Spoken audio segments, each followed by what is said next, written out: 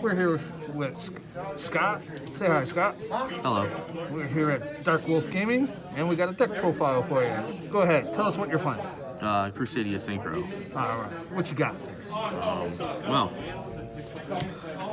start the deck off with everybody's favorite, Crusadia Maximus. This guy doubles the damage your opponent takes from any of your Crusadia monster attacks, as long as you activate his effect before combat. So he's like the ticket to One Punch people, the original One Punch Man. Then we've got 3 Dracos. He just gets you one of your Crusadias back from the graveyard. So whatever you normal summon, you can get back to special summon and just keep the combo going. So you make sure you don't run out of extenders. Keep going strong. Then we've got Arborea. Now, not only is she excellent to prevent the destruction of something, she's our tuner. So she's what lets us go into needle fiber to make our synchro plays. I like the whole protection value from her as well. Yeah, she's also she's our #1 like search target with Magius. If you don't draw her in your opening hand, you need her to make the combo. So generally, whatever you special under Magius to activate his effect, you'll be searching her. Then we've got Reclusia. He's just a Crusadia. He's a name. He's got an effect where if you special summon to a zone a link monster points to, you can blow up a card on their side and a card on your side. It does target. You can kind of also do a little trick with Arborea where you can banish her from the graveyard to prevent the destruction of whatever card you target on your side. So it ends up being kind of one-sided. But most of the time, he's just a name, just an extender or a play starter.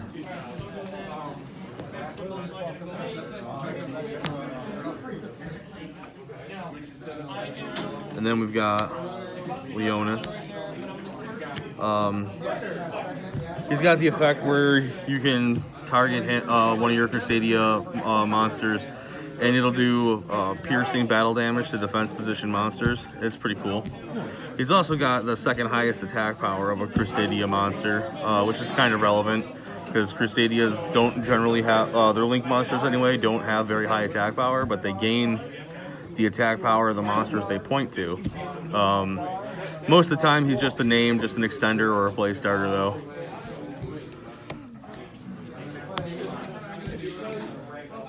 Then we've got World Crown. 3?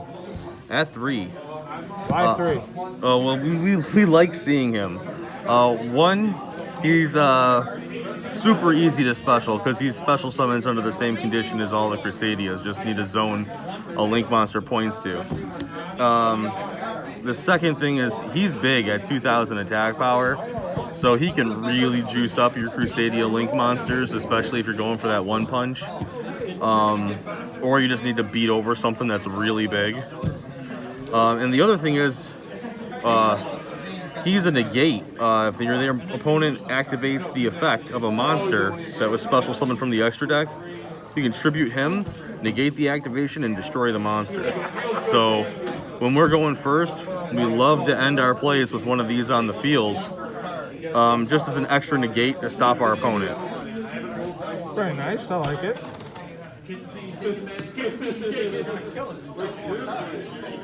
Then we have our tuner. We play him at 2 in case we draw one. We really want to still have one in the deck.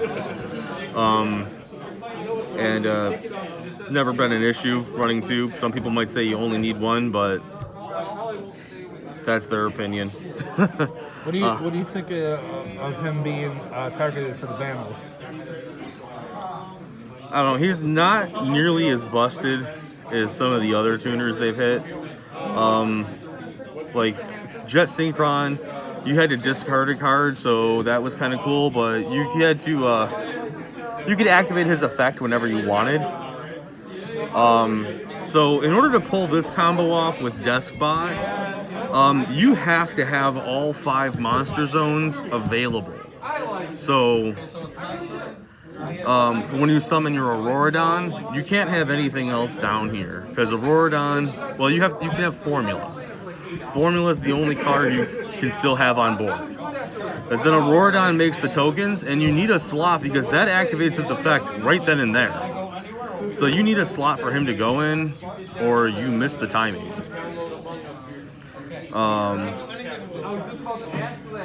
And so, I mean, he doesn't give you as much playroom. Like, you can't just do what you want and activate him whenever. I don't know if they'll ban him. Maybe. I mean, eventually they're probably going to ban all the decent tuners. I think Plague Spreader might get hit before him, because Plague Spreader's a lot more versatile. But we need a level 1 for the deck. I mean, I'd love to run Plague Spreader instead of him, but we need a level 1 to do what we're doing. So that's why we run him. And then some spice to Boost Warrior. Boost Warrior, huh? Yeah, now this guy you can just special summon from your hand in defense position if you control a tuner. Which, if things go well, that should be no problem whatsoever. So he's a great extender. So when it goes awry, what do you usually use to get him out? Well, that goes into our next one. We do play as a hand trap 3 of Effect Veiler. So if for some reason you have an opening hand that doesn't have a Crusadia in it, and we maximize on the Crusadias, we're playing 3 of all of them. But if for some reason you don't have a Crusadia, you can normal summon your Effect Veiler and then special summon Boost Warrior, because he's a tuner, and go straight into your Needle Fiber that way and start your plays off. And hopefully you'll draw an extender along the way, because you're still going to need to draw 1 extender to actually pull off the combo. And the last monster we play in the deck is Ghost Ogre. Why Ogre? Because just getting rid of the material is often a lot better than just negating an effect. It's more powerful than Ash. People can play through Ash all day, I feel. They play around it. They try to bait the Ash. Like, if you want to bait my Ogre, okay, but I've yet to see Ogre get used on somebody and it not hurt them. Where I've played against people and I've hit them with Ash, and they've kind of been like, it didn't really matter if you ashed me here or you ashed me somewhere else. Like, decks have so much redundancy for searching nowadays that Ogre, I feel, is just a better way to go.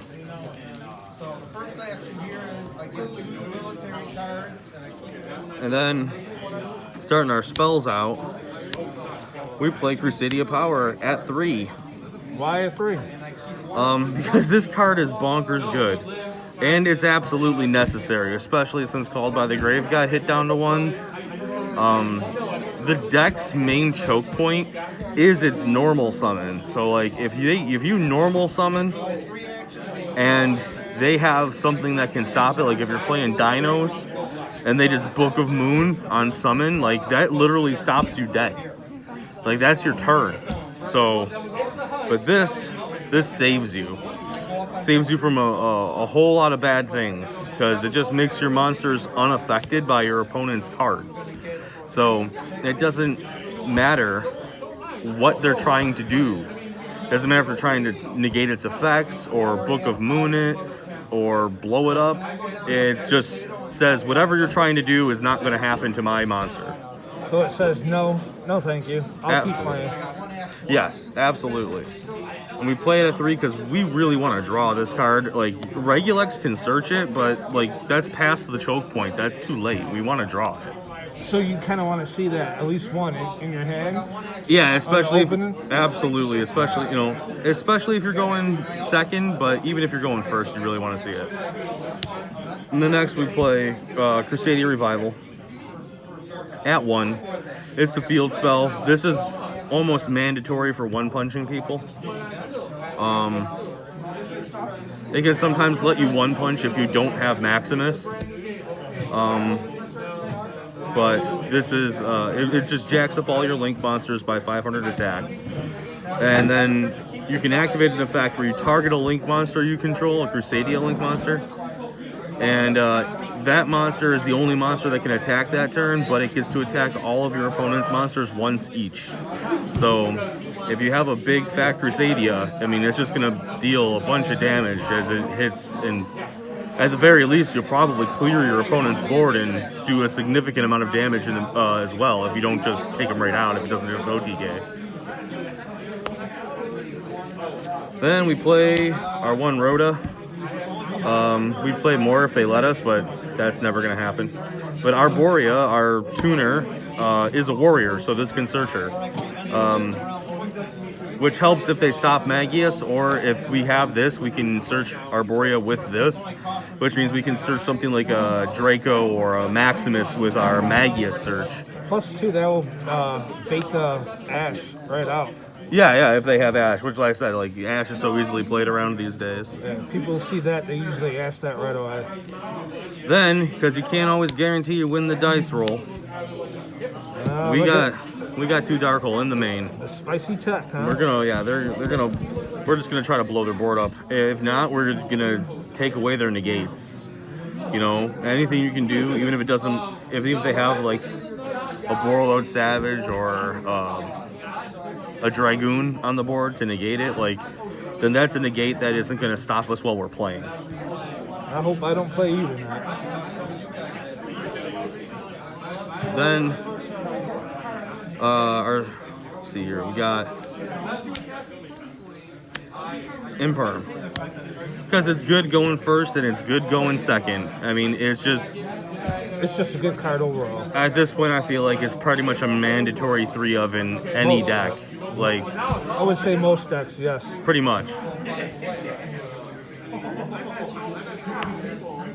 And last, our last bit of spice here is we got 2 Trap Tricks, Trap Hole Nightmares. Because you can never have enough monster effect negates, especially ones that actually destroy. Borreload Savage doesn't actually destroy anything. It's one of our main negations, but it leaves cards on the field. Nobody ever sees this coming too, so that helps. I was just gonna ask you. People don't expect this card when you flip it over, do they? Absolutely not. Do they ever read it?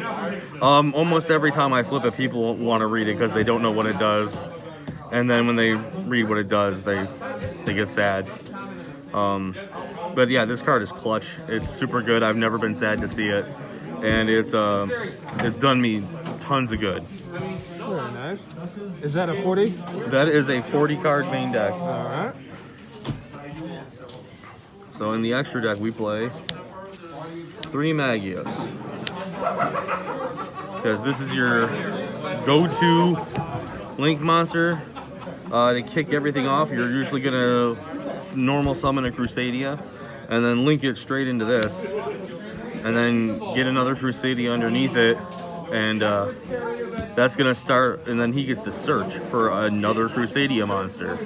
So this is what basically gets the whole engine going, is this guy right here. Very nice.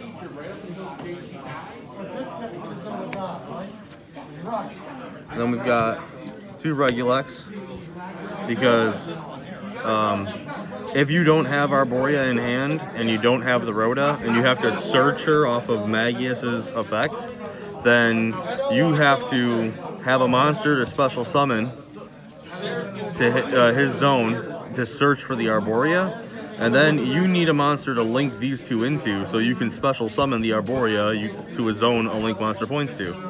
So you need him sometimes for that, and other times you need him for when you're going for the 1 punch. So sometimes we run them at 2 because sometimes you need to see a second one. If you're going first and you use him to make your board and then your board gets broken, on your next turn, you're going to go for the 1 punch. That's how the deck works, and you're going to need him to do it. So that's why we run 2 copies. Equamax because he's awesome. He's usually your one-punch guy, but he also can negate things by attributing a Crusadia monster that he points to. Like Borreload Savage, he's an Omni-negate, can negate anything, but he also, like Borreload Savage, doesn't destroy. He leaves it on the field, so that's also something to consider. But if you're going first and you're trying to make your synchro board and that gets disrupted, a lot of times you can still make him.